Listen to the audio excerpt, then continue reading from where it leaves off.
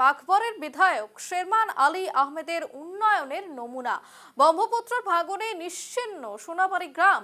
ভাঙনের গ্রাসে দুটি প্রাথমিক বিদ্যালয়, কমিউনিটি সেন্টার, পঞ্চায়েতের কার্যালয়, সোনাবাড়ি বাজার। বরপেটা জেলার 22 নম্বর মন্দিয়া বিধানসভা সমষ্টির পূর্বের বাঘবর বিধানসভা।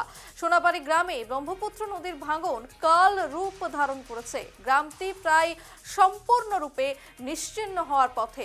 ভাঙন প্রতিরোধের জন্য কোনো ব্যবস্থা গ্রহণ করেননি বিধায়ক শেরমান আলী আহমেদ। যে ছবি দেখানো হচ্ছে একেবারে যে নদী ভাঙন, সেই গ্রাসে গোটা গ্রাম এবং যে দেখানো হচ্ছে সেই ছবি কিভাবে ভাঙন হয়েছে, সেখানে কিন্তু একেবারে কুম্ভ নিদ্রায় রয়েছেন বিধায়ক। তার কিন্তু কোনো খোঁজ খবর পাওয়া যাচ্ছে না।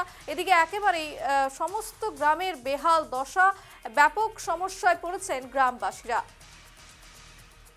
খবর সম্পর্কে বিস্তারিত জানবো এই মুহূর্তে আমাদের সঙ্গে সরাসরি রয়েছে আমাদের প্রতিনিধি শাহিদ তাসিন। শাহিদ, যে খবর উঠে আসছে একেবারেই ভয়ঙ্কর ভাঙন নদীর, এবং সেক্ষেত্রে কিন্তু যিনি জনপ্রতিনিধি শেরমান আলী, তাকে কিন্তু দেখা যাচ্ছে না।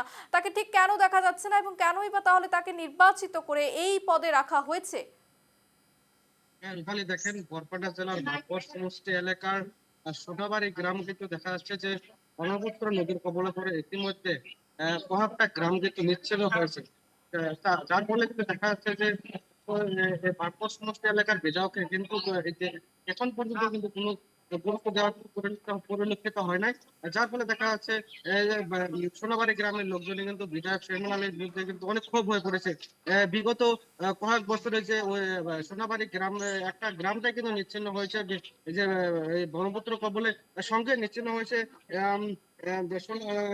659 নং সোনাবাড়ি এলপি স্কুল, 667 নং বালাগা প্রাথমিক বিদ্যালয়, অঙ্গনবাদী কেন্দ্র, আরো অনেক রাস্তাঘাট, স্কুল কলেজ, অনেক অনেক অনেক অনেক কিন্তু যে স্কুল কলেজে হোক, রাস্তাঘাট হোক, এগুলো কিন্তু যে ব্রহ্মপুত্র কিন্তু কবলে পড়ে ইতিমধ্যে কিন্তু যে ভাঙনের কবলে পড়ে কিন্তু যে ক্ষয়ক্ষতি হয়েছে।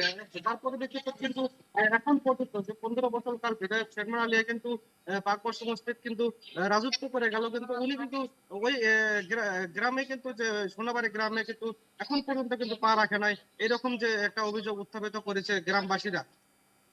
রূপালী।